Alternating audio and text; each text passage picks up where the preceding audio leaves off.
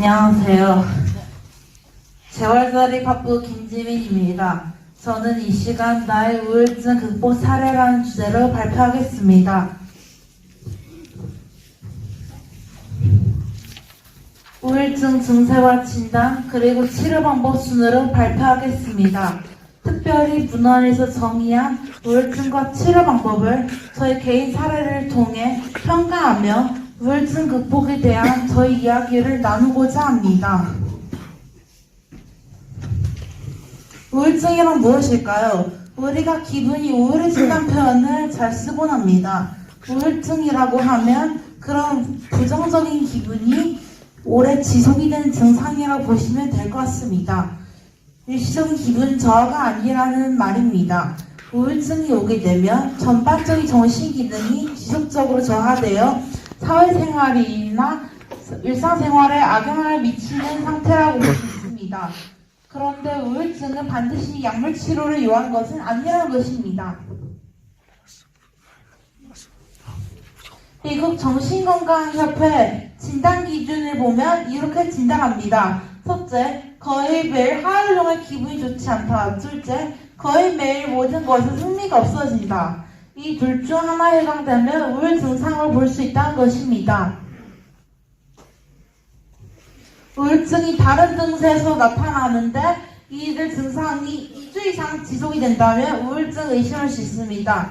체중 조절을 안 했는데도 체중이 늘거나 줄었다거나 수면에 이상이 있다거나 지나치게 불안하고 처진 느낌이 있다거나 에너지 상실 혹은 인지 능력 감소를 경험했다면 우울 증상이라고 말할 수 있습니다. 혹은 죽음에 대한 생각을 자주 하기도 합니다.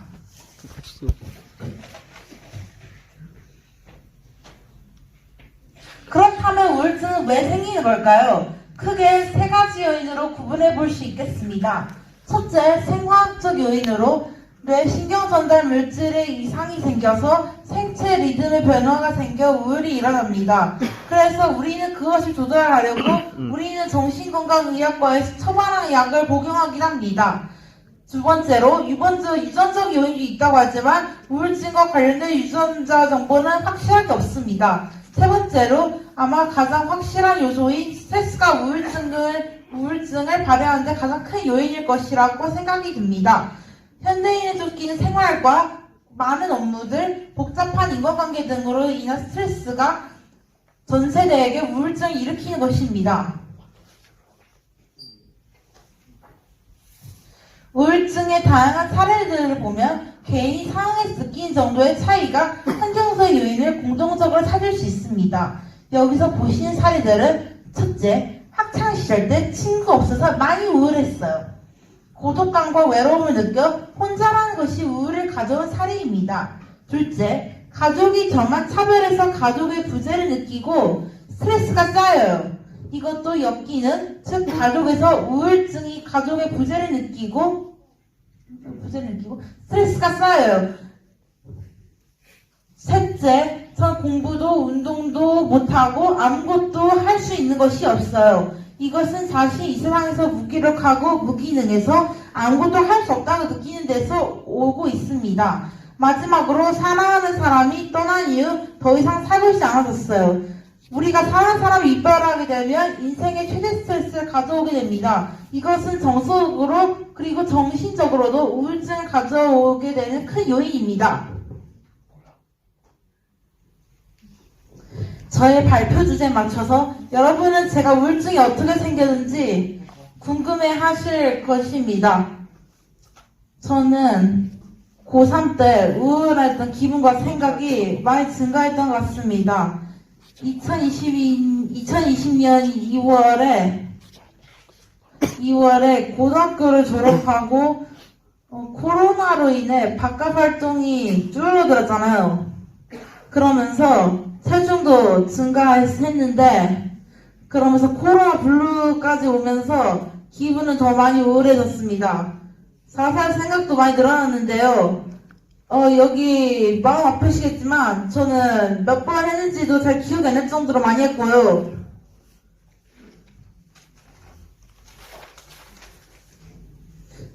약의 부작용으로 잠을 너무 많이 자서 하루에 15시간을 잔 적도 있습니다. 생활이 무기력하고 맨날 집에서 뒹굴뒹굴거리고 좋아하는 것도 아무것도 하지 않았습니다. 지금 이 증세는 예전보다 많이 나아졌지만 아예 사라지진 않았어요. 그래도 재작년이나 작년이랑 비교하면 아주 많이 나아졌습니다. 제가 만약에 작년에 이어서 휴학을 계속 했을 거라면 우울증은 더 심해졌겠죠? 네, 그렇습니다. 이 자리에 올라 발표한 것이 제 우울증 치료에 많이 큰 도움이 된 것 같습니다. 왜냐하면 바쁘게 것이 좋은 거거든요.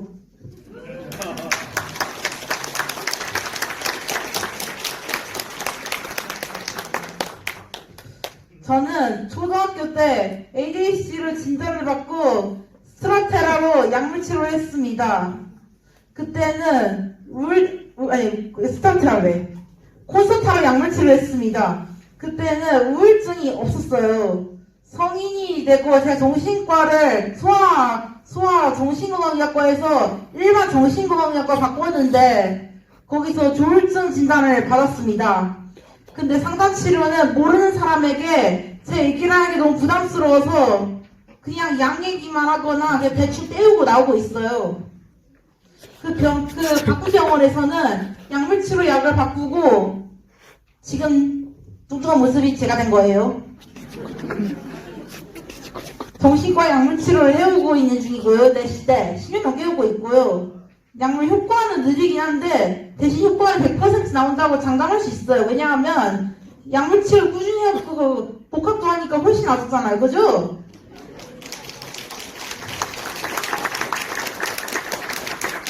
예, 감사합니다. 이제 앞으로 저의 다짐은 앞으로 마음을 열고 상담치료도 병행해야겠다고 절실히 느끼고 있어요.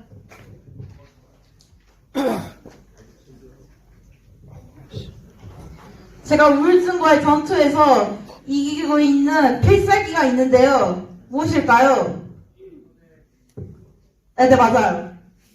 학교에서의 친구들, 여러분, 학우 여러분, 선후배 여러분, 다양한 공간에서 만난 제 프라이빗한 친구 여러분, 학교 교수님들이 있어서, 그리고 가족 친척 여러분들이 계셔서, 그리고 제가 우울로 인한 힘든 과정 겪고 있지만 여기까지 제가 잘 죽지 않고 버텨온 것이 아닐까요? 다시 한번 감사 말씀드립니다.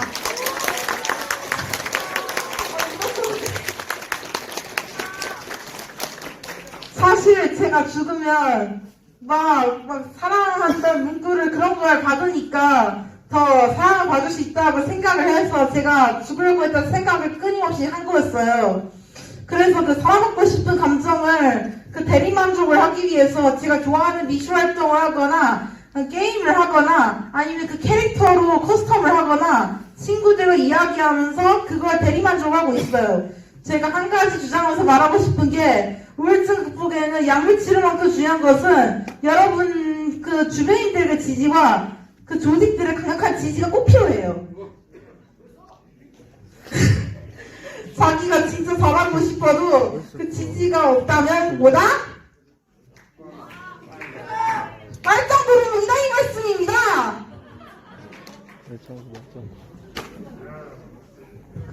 제가 우울증으로 고생하신 모든 분들께 전하고 싶은 말이 있습니다.